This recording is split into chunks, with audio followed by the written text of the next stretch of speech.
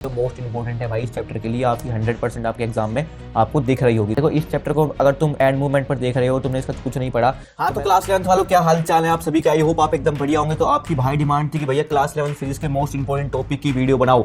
तो आज की वीडियो आपकी क्लास 11 फिजिक्स के मोस्ट इंपॉर्टेंट टॉपिक की होने वाली है। इस वीडियो के अंदर मैं तुम्हें हर एक चैप्टर के मोस्ट इंपॉर्टेंट टॉपिक बताने वाला हूँ। अगर तुम इन टॉपिक को अच्छे से करके चले जाते हो तो अपने फाइनल एग्जाम में बहुत ही अच्छा स्कोर कर लोगे। ठीक है, तो आप सभी से ये रिक्वेस्ट रहेगी कि इस वीडियो को एंड तक देखना, ताकि आपको हर एक चैप्टर के मोस्ट इंपॉर्टेंट टॉपिक पता चल सके और इन टॉपिक को कर आप अपने फाइनल एग्जाम में बहुत ही अच्छा स्कोर कर सकें।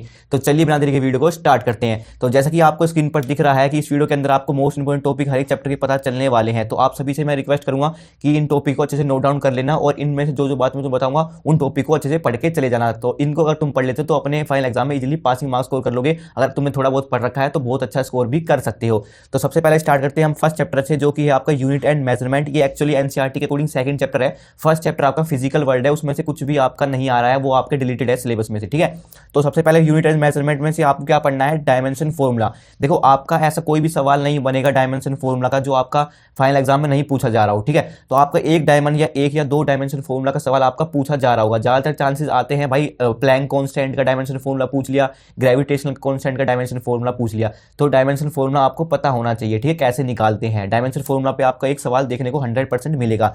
दूसरा सवाल आपको सिग्निफिकेंट फिगर का मिल रहा होगा, नंबर ऑफ सिग्निफिकेंट फिगर बताओ। तो आपको सिग्निफिकेंट वाला जो टॉपिक है वो अच्छे से कवर करके जाना है। सिग्निफिकेंट फिगर कैसे क्या रूल होते हैं, उससे जो रूल है वो आपको पता होना चाहिए। नेक्स्ट है डेरिवेशन ऑफ फॉर्मूलाज। देखो फॉर्मूलाज की डेरिवेशन कैसे ड्राइव करते हैं वो वाला एक क्वेश्चन आपको इसमें देखने को मिल रहा होगा। अगर आप सीबीएसई के स्टूडेंट हैं तो आपको एरर्स नहीं करने हैं, आपके सिलेबस में से डिलीटेड है। हरियाणा बोर्ड वालों के में से भी डिलीटेड है। तो आप इस अदर स्टेट बोर्ड के हैं, अगर आपके एरर्स हैं तो आपको एरर्स जरूर करने हैं, वहां से सवाल आता ही आता है।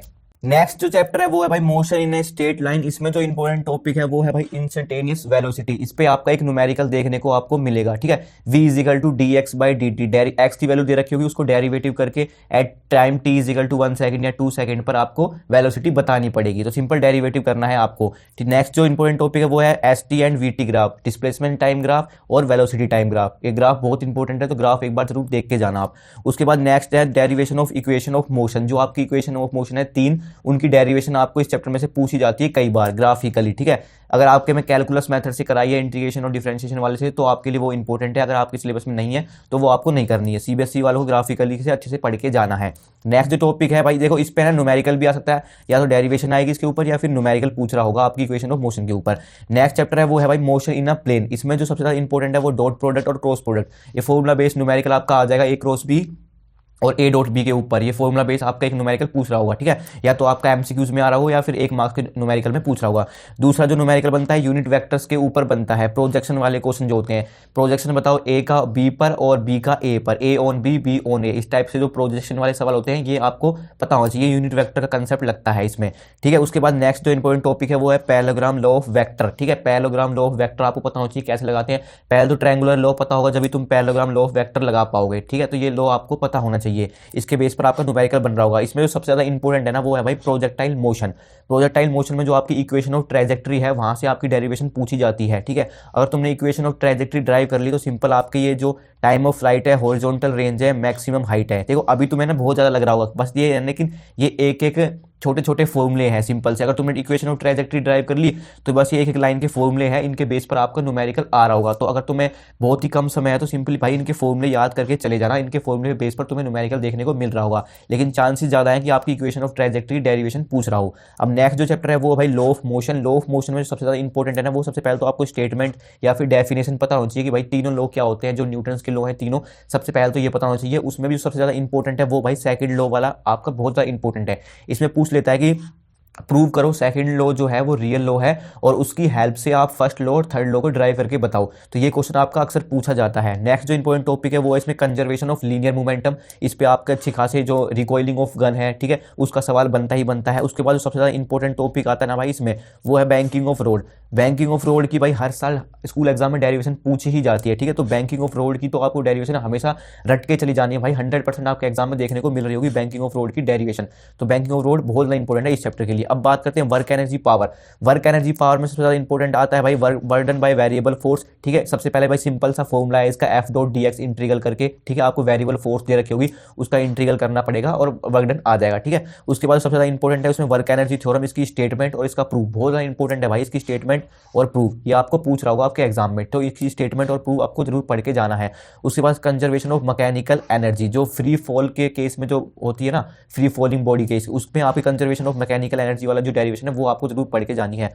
उसके बाद energy of A spring half के एक्स स्क्वायर, एनर्जी कैसे निकालते हैं, बहुत छोटी डेरिवेशन है, ये आपको पता होना चाहिए। ठीक है, और कोलिजन में सबसे ज़्यादा इंपॉर्टेंट है वन डायमेंशन कोलिजन है। ठीक है, इलास्टिक कोलिजन होता है, एक elastic collision, elastic collision. Elastic collision one dimension बहुत ज़्यादा इंपॉर्टेंट है, उसमें जो वेलोसिटी होती है ना V1 और V2, वो आपको वेलोसिटी निकालने की पूरी डेरिवेशन पूछ लेता है, तो आपको वो जरूर पढ़ के जानी है। उसके बाद नेक्स्ट चैप्टर है system of particle and rotation motion. ठीक है, ये काफ़ी ज़्यादा बड़ा चैप्टर है, लेकिन मैंने इसमें से ना सिर्फ एकदम प्रीसाइज टॉपिक रखे जो आपके मोस्ट इंपॉर्टेंट टॉपिक है। तो आपके पास बहुत कम समय है, तो सिंपल ये टॉपिक जरूर पढ़ के जाना अगर तुम पूरा चैप्टर ना पढ़ सको तो। सबसे ज़्यादा कंसेप्ट इंपॉर्टेंट है इसमें सेंटर ऑफ मास का। ठीक है, सेंटर ऑफ मास कैसे निकालते हैं आपको पता होना चाहिए फॉर्मूला। ठीक है, और सिस्टम ऑफ टू पार्टिकल के लिए सेंटर ऑफ मास का फॉर्मूला जो डेरिवेशन है वो पता होना चाहिए। और दूसरा जो रोड का सेंटर ऑफ मास कैसे निकालते हैं, ठीक है, वो वाला पता होना चाहिए। रोड की डेरिवेशन कई बार आ जाती है। उसके बाद मूवमेंट ऑफ इनर्शिया आपको पता होना चाहिए, मूवमेंट ऑफ इनर्शिया डिस्क का, रोड का, ठीक है, और रिंग का, सिलेंडर का।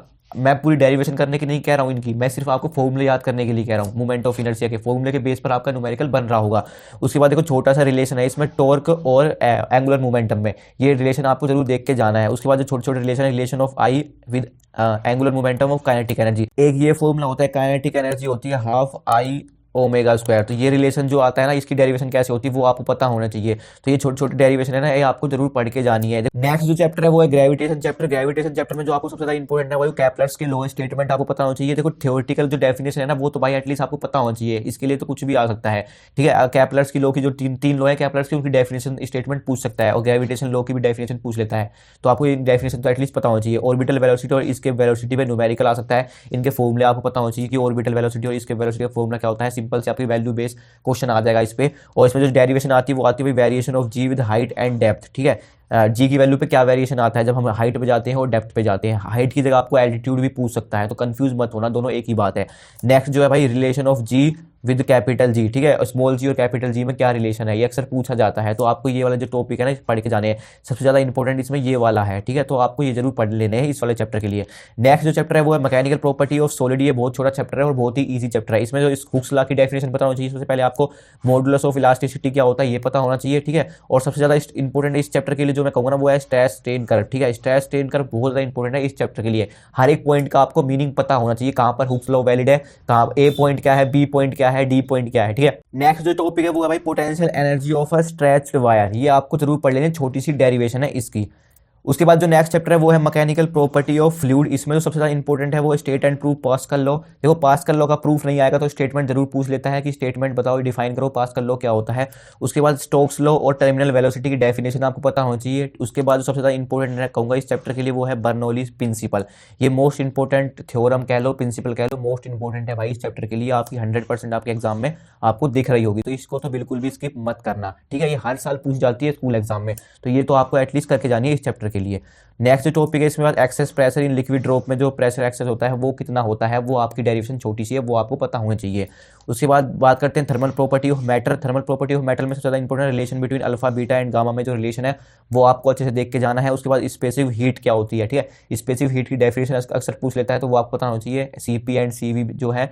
उसके बाद न्यूटन लॉ ऑफ कूलिंग, इसकी डेरिवेशन आपको नहीं करनी है, सिंपल सी स्टेटमेंट इसकी पढ़ के चले जाना। ठीक है, नेक्स्ट जो चैप्टर है वो है थर्मोडायनेमिक्स चैप्टर। थर्मोडायनेमिक्स में भाई सबसे ज़्यादा इंपॉर्टेंट है work done in isothermal and adiabatic process. ठीक है, वर्क डन जो एक्सप्रेशन है या तो आपकी आइसोथर्मल की पूछ रहा होगा या एडियाबैटिक की पूछ रहा होगा। ठीक है, अगर इसमें से डेरिवेशन नहीं पूछेगा, सिंपल आपका न्यूमेरिकल पूछ रहा होगा इन दोनों के ऊपर, इनके फॉर्मूले आपको जरूर पता होना चाहिए। इसके बाद जो इंपॉर्टेंट है इसमें इक्वेशन ऑफ एडियाबैटिक प्रोसेस, ये आपको जरूर पता होनी चाहिए कि क्या होती है इक्वेशन एडियाबैटिक प्रोसेस की। उसके बाद relation between CP and CV। ठीक है, मेयर्स फॉर्मूला के नाम से भी आ सकता है, तो CP एंड CV।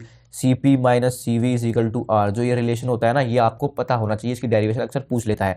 उसके बाद नेक्स्ट चैप्टर है काइनेटिक थ्योरी ऑफ गैसेस। ये मोस्ट इंपोर्टेंट चैप्टर है भाई, और छोटा चैप्टर है, थ्योरेटिकल चैप्टर है। इसमें जो इंपोर्टेंट टॉपिक आते हैं वो है degree of freedom. Degree of freedom अक्सर पूछ लेता है कि डिफाइन करो डिग्री ऑफ फ्रीडम क्या होती है। उसके बाद law of equipartition of energy, ये आपकी जो है थ्योरेटिकल लॉज हैं, ये आपको जरूर पता होना चाहिए, स्टेटमेंट्स हैं ये। Pressure exerted by a gas, ये अक्सर पूछ लेता है भाई इस चैप्टर के लिए, तो कितना प्रेशर एक्सर्ट करती है गैस, ठीक है। उसके बाद नेक्स्ट जो आता है स्पेसिफिक हीट ऑफ मोनोएटॉमिक के लिए, स्पेसिफिक हीट क्या होती है डायटोमिक के लिए और ट्राइएटॉमिक के लिए, इनकी वैल्यू जरूर याद करके जाना, इनके बेस पर आपका न्यूमेरिकल पूछ सकता है।